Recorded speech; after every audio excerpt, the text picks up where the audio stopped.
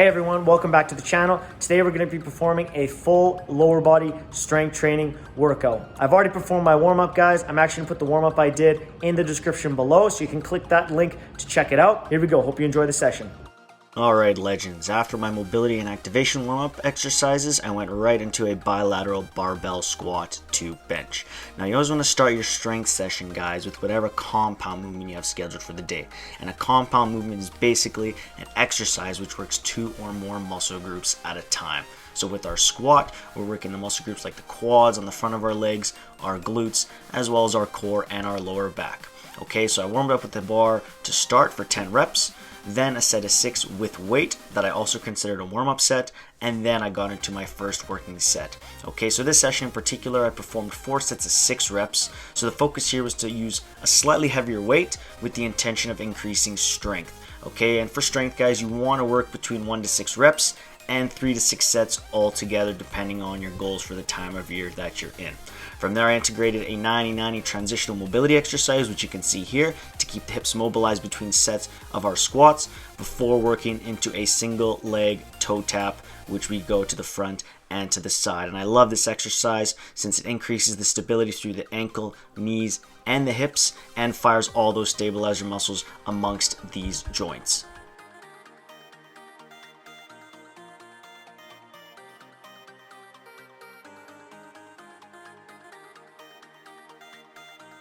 Our next set of exercises here focused on single leg strength, which is super important, guys, to focus on as a footballer because you're constantly required to sprint, change direction, stabilize, jump on one leg at a time. So integrating single leg strength exercises is vital to your strength and conditioning routine. Okay, so I started here with Bulgarian Split Squat, which continues to work our quads and glutes.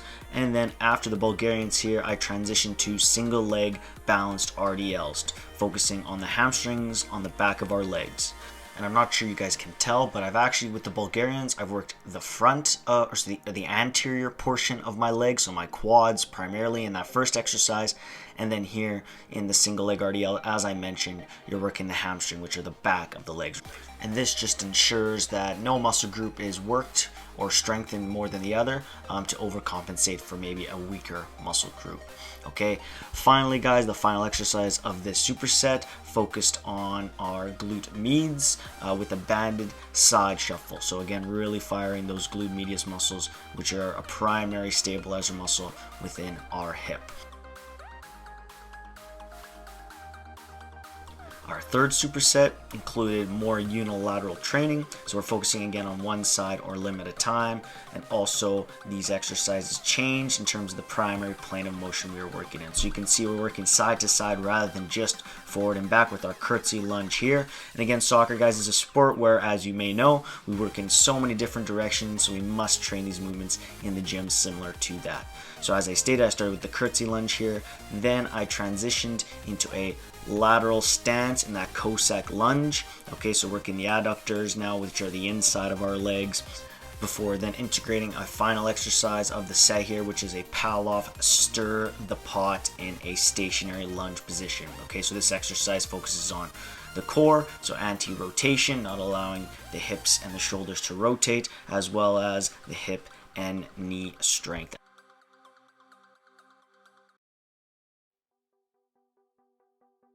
The last couple exercises I finished with here were single leg calf raises as well as anterior tibialis raises. Okay, so both of these muscles are within the shin, which are super important when it comes to producing power and absorbing force on the field when we sprint, jump, change direction, all that good stuff, right? So these are sometimes muscles that are neglected, so you really want to make sure you're working those muscles that are within the shin compartment. Okay, thanks everyone. Hope you enjoyed the session. If you have any questions, let me know in the comments below.